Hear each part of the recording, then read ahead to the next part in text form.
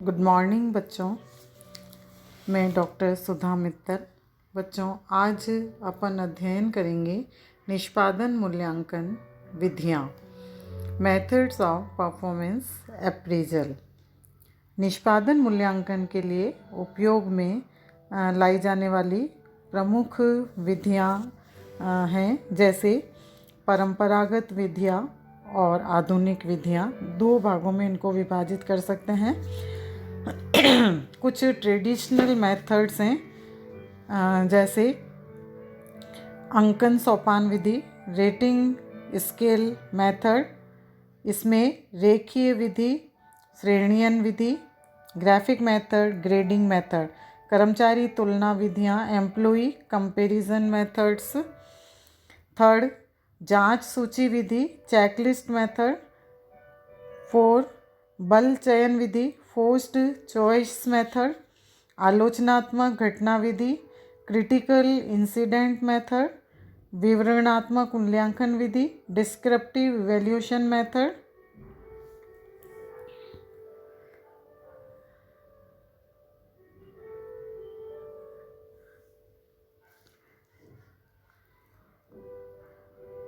समूह मूल्यांकन विधि, group appraisal method, क्षेत्र समीक्षा विधि, फील्ड रिव्यू मेथड आदि। इसी प्रकार से कुछ आधुनिक विधियां हैं, मॉडर्न मेथड्स, जिसमें मूल्यांकन केंद्र विधि, असेसमेंट सेंटर मेथड, परिणामों द्वारा मूल्यांकन विधि या उद्देश्य अनुसार प्रबंध, अप्रेजल बाय रिजल्ट्स और मैनेजमेंट बाय ऑब्जेक्टिव्स। तो अब हम पहले अध्ययन करेंगे परंपरागत विधियाँ, ट्रेडिशनल मेथड्स। ट्रेडिशनल मेथड्स की सबसे प्रथम जो विधि है वो है अंकन सोपान विधि, रेटिंग स्केल मेथड। कर्मचारियों के निष्पादन मूल्यांकन के लिए प्रयोग में लाई जाने वाली एक परंपरागत विधि अंकन सोपान विधि है। इस विधि को विशिष्टता अंकन, ट्रेट रेटिंग, चार्ट विधि आदि नामों से भी संबोधित किया जाता है। इस विधि में कर्मचारियों के संबंध में कुछ विशिष्टताओं का चयन किया जाता है और उन चयनित विशिष्टताओं के आधार पर उनका अंकन उनको मेरिट तैयार की जाते हैं। चयनित विशेषताओं के आधार पर मानकर मूल्यांकन से अपने अधीनस्थों के संबंध में अपना मत व्यक्त करने के लिए कहा जाता है। विभिन्न उपक्रमों में प्रयुक्त अंकन सोपान विधि समान नहीं होती है और न ही उन विशिष्टताओं में समानता पाई जाती है जिनके आधार पर मूल्यांकन की व्यवस्था की जाती है। अंकन सोपान विधि में रेखीय विधि, ग्राफिक मेथड का अधिकतम उपयोग होता है। रेखीय विधि में एक रेखा किसी विशेष विशिष्टता की सीमा निर्धारित करती है और मूल्यांकन को उसमें किसी स्थान पर निर्धारित चिन्ह द्वारा निशान लगाकर कर्मचारी की विशिष्टता की अवस्था पर अपना मत व्यक्त करता है। तो रेखीय विधि में अंकों के अलावा श्रेणियों का उपयोग विशिष्टता की मात्रा को प्रकट करने के लिए किया जाता है। इसी प्रकार से श्रेणीयन विधि का उपयोग किया जाता है और श्रेणीयन के आधार पर रेखीय अंक को ज्ञात किया जाता है। तो अंकों द्वारा विधि में योग्यता की प्रत्येक श्रेणी के लिए एक से अधिक स्केल भी रखे जा सकते हैं और पहले शक्ति संबंधी प्रारंभ में दिए गए उदाहरणों में वास्तव में खराब और औसत योग्यता श्रेणियों के लिए एक से अधिक सोपानों का उपयोग किया जा सकता है। अंकन सोपान में श्रेणी की व्याख्या करने के लिए जैसे गुण, कार्य यानी क्वालिटी ऑफ वर्क, सामान्यतः यानी कि अति उत्तम एक्सीलेंट, प्राय अच्छी यानी गुड और संतोषजनक सेटिस्फैक्ट्री आदि, इस प्रकार से उनका मूल्यांकन किया जा सकता है। इस विधि के जो एडवांटेज और डिसएडवांटेज है वो हैं, अंकन सोपान विधि मूल्यांकन की अत्यंत सरल विधि है। इस विधि का उपयोग परंपरागत परंपरा से निष्पादन मूल्यांकन के लिए किया जाता है, परंतु इस विधि का सबसे बड़ा दोष इस बात में निहित है कि यह निश्चित करना अत्यंत कठिन है कि प्रबंधकों में कौन सी विशिष्टताओं का होना आवश्यक है। इस प्रकार प्रबंधकीय तत्वों का निर्धारण इस विधि की एक विकट समस्या है। इस विधि का एक अन्य दोष मूल्यांकन के लिए इसमें व्यक्तिगत विशेषताओं की प्रधानता है। देखा जाए तो किसी व्यवसाय की रुचि कर्मचारी की वैयक्तिक विशिष्टताओं से अधिक उसके कार्य परिणाम में होती हैं। तो अंकन सोपान विधि अथवा विशिष्ट अंकन विधि की मान्यता यह है कि यदि किसी व्यक्ति में कुछ निश्चित गुण है तो वह इच्छित कार्य परिणाम रूपी योगदान कर देगा, परंतु यह बात सदैव ही सत्य नहीं होती। अनेक बार व्यक्तिगत गुणों से संपन्न व्यक्ति भी कार्य परिणाम में असफल होते हैं। फिर भी अनेक कार्य परिणाम संबंधी तत्वों के उद्देश्यपरक निर्धारण की असंभवता के कारण वैयक्तिक गुणों का सहारा लेना आवश्यक हो जाता है। सेकंड जो विधि है वो है कर्मचारी तुलना विधियाँ, एम्प्लॉई कंपैरिजन मेथड। अंकन सोपान विधि या विशिष्टता अंकन विधि में निश्चित योग्यता प्रमापों के आधार पर कर्मचारी का मूल्यांकन किया जाता है। कर्मचारी तुलना विधियाँ इस कर्मचारी का अंकन अन्य कर्मचारियों की तुलना में करती हैं। अंकन सोपान में कर्मचारी के पृथक मूल्यांकन के कारण सदैव यह आशंका बनी रहती है कि मूल्यांकक प्राय सभी कर्मचारियों का एक सा मूल्यांकन करेगा और यह कर्मचारियों के पक्ष में ही होगा। कर्मचारी तुलना विधियों में यह आशंका कम हो जाती है क्योंकि इसमें मूल्यांकन सापेक्षिक दृष्टिकोण से किया जाता है और तुलनात्मक विधियों को प्राय निम्न प्रकार प्रयोग में लाए जाते हैं, जैसे क्रम व्यवस्था, रैंकिंग ऑर्डर,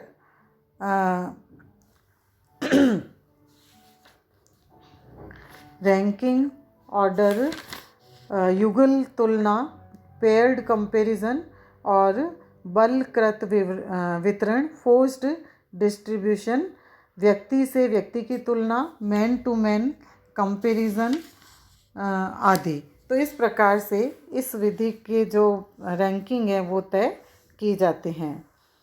थर्ड जो मेथड है वो है जांच सूची विधि, चेक लिस्ट मेथड। निष्पादन मूल्यांकन की नवीन विधियों में से एक प्रमुख विधि जांच सूची विधि है। जैसा कि इसके नाम से ही प्रकट है, इस विधि में निष्पादन के लिए आवश्यक गुणों की एक सूची तैयार की जाती है और मूल्यांकक मूल्यांकन के लिए इन गुणों की विद्यमानता अथवा अभाव के संबंध में हाँ या ना में उत्तर देता है। और जांच सूची विधि में इस प्रकार मूल्यांकक कर्मचारी के निष्पादन का मूल्यांकन नहीं करता, बल्कि उसके संबंध में केवल यह रिपोर्ट करता है कि कार्य निष्पादन के लिए निर्धारित किए गए आवश्यक गुणों में से कौन से उसमें है और कौन से नहीं हैं। तो मूल्यांकन प्रत्येक कर्मचारी को एक एक कर ध्यान में रखकर सूची को पढ़ता है और उसके अनुसार इसमें हाँ, नहीं अथवा अन्य निर्धारित चिन्ह लगाता है। और जांच सूचियाँ भारित अथवा अभारित, वेटेड और अनवेटेड हो सकती हैं और भारित सूचियों में विभिन्न प्रश्नों को उनके महत्व के अनुसार उनको वेटेड यानी वेटेज भार भी प्रदान किए जा सकते हैं। तो जैसे अभी उदाहरण में अपन ने देख सकते हैं कि जो जांच सूची का उदाहरण, जैसे क्या कर्मचारी अपने कार्य में रुचि रखता है, तो हाँ या ना में उनको जवाब देना है। क्या कर्मचारी की कार्य पर उपस्थिति संतोषजनक है, क्या कर्मचारी को कार्य का तकनीकी ज्ञान है। तो ये इस प्रकार के प्रश्नों का हाँ ना में उत्तर जानकर उनका मूल्यांकन किया जाता है। जांच सूची विधि का एक बार निर्माण कर लेने के पश्चात मूल्यांकक द्वारा इसका समझना तथा उत्तर देना सरल कार्य हो जाता है, परंतु इस संबंध में एक कठिनाई यह उपस्थित होती है कि विभिन्न कार्यों की आवश्यकता, स्वभाव एवं प्रकृति में अंतर होने के कारण प्रत्येक कार्य के लिए अलग अलग जांच सूचियों के निर्माण की आवश्यकता होती है। इस विधि में विभिन्न कर्मचारियों में किसी गुण की विद्यमानता की विभिन्न मात्राओं के लिए भी स्थान नहीं होता है। उत्तर में केवल गुण की विद्यमानता या अभाव ही सम्मिलित होते हैं और यह विधि मूल्यांकक को व्यक्तिगत पक्षपात का पूरा अवसर प्रदान करते हैं। फोर्थ जो मेथड है बलकृत चयन विधि, फोर्स्ड चॉइस मेथड। विवश या इसको विवश विधि के नाम से भी जाना जाता है। विवश या बलकृत चयन विधि का विकास द्वितीय विश्व युद्ध के समय हुआ। प्रारंभ में इस विधि में 4-4 कथनों के समूह निर्धारित किए जाते थे और प्रत्येक समूह में 2 पक्ष में तथा 2 विपक्ष में कथन सम्मिलित होते थे। तो मूल्यांकन में ऐसा कथन जो कर्मचारी पर पूर्णतः लागू होता है तथा ऐसा कथन जो उस पर बिल्कुल लागू नहीं होता है का चयन करना पड़ता था। और कालांतर में बलकृत चयन के लिए कथनों के समूह, उनमें सम्मिलित कथन तथा मूल्यांकक अनुक्रिया के स्वरूप आदि में विविधता उत्पन्न हुई है।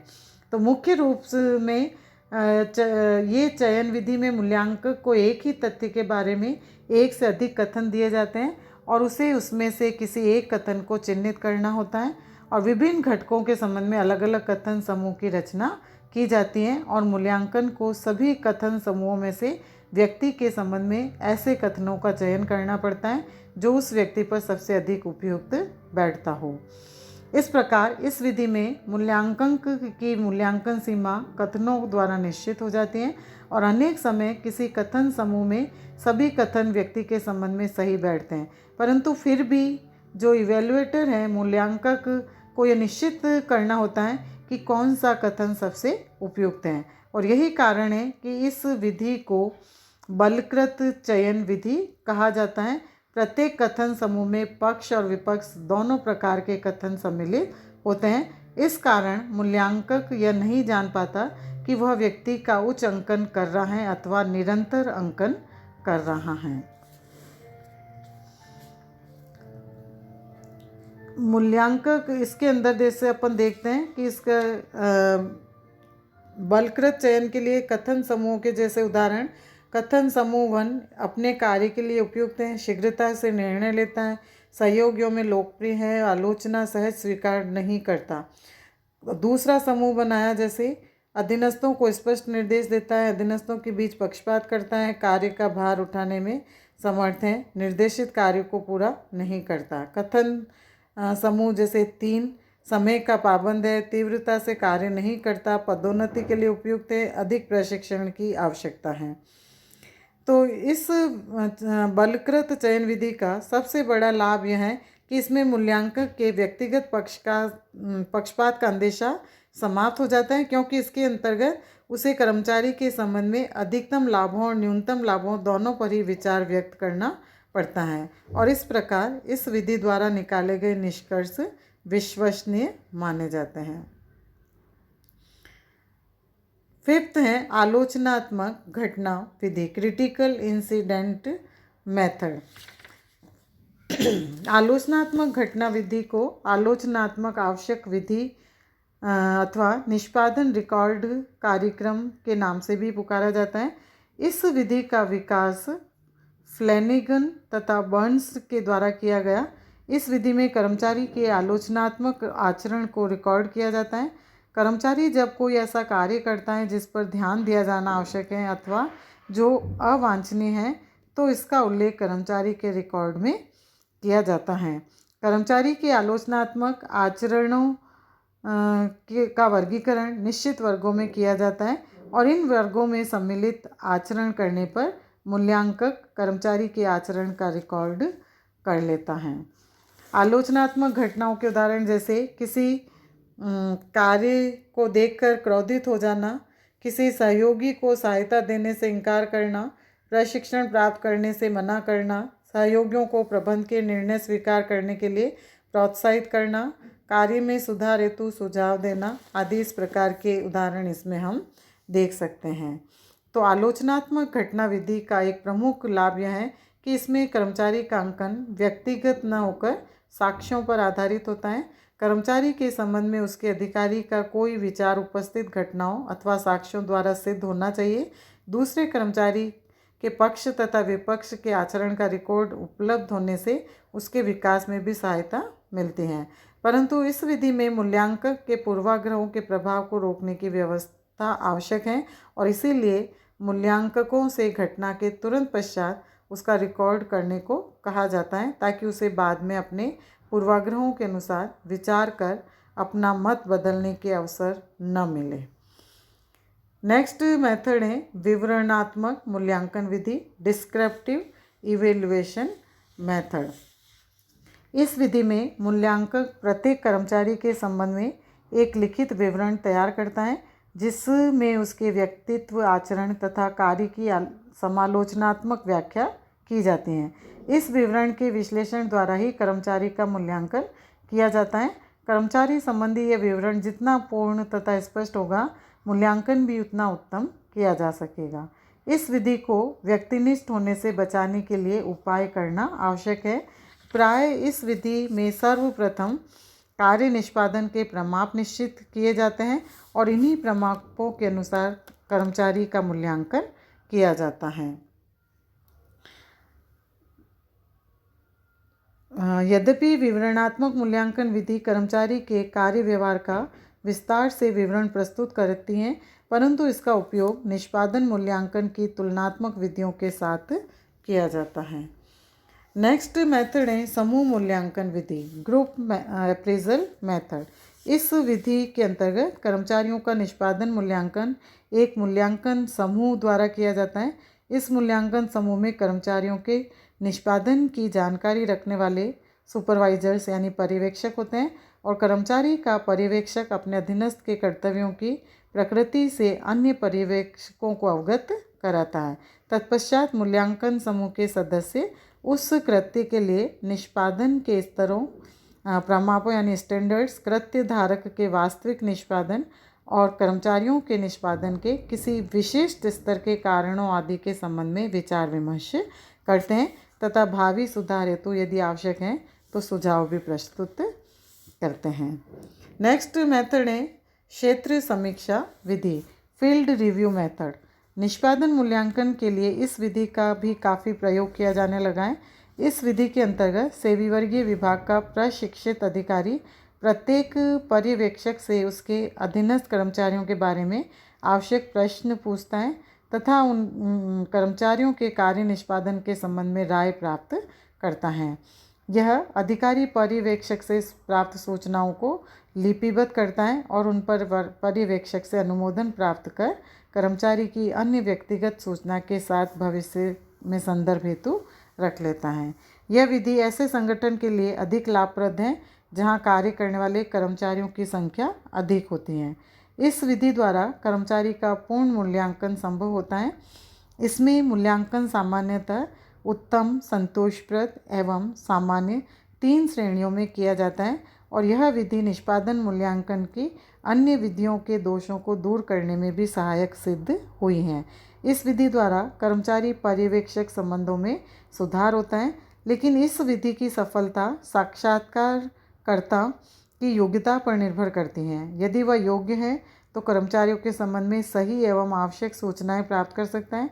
इस विधि का अन्य दोष यह है कि प्रबंधक मूल्यांकन कार्य में अत्यधिक व्यस्त रहने के कारण अन्य प्रबंध कार्यों की ओर पर्याप्त ध्यान नहीं दे पाते हैं। फिर भी यह सर्वश्रेष्ठ विधि यानी परंपरागत विधि में ये एक श्रेष्ठ विधि के रूप में मानी जाती हैं। तो ये विभिन्न विधियाँ निष्पादन मूल्यांकन की प्रारंभिक परंपरागत विधियों के नाम से जानी जाती हैं और इन विधियों का उपयोग ट्रेडिशनल मेथड्स जो कि पुराने समय से प्रचलित हैं और अभी भी इनमें कुछ विधियों का उपयोग किया जाता है। नेक्स्ट वीडियो में हम अध्ययन करेंगे आधुनिक विधियाँ। थैंक यू बच्चों।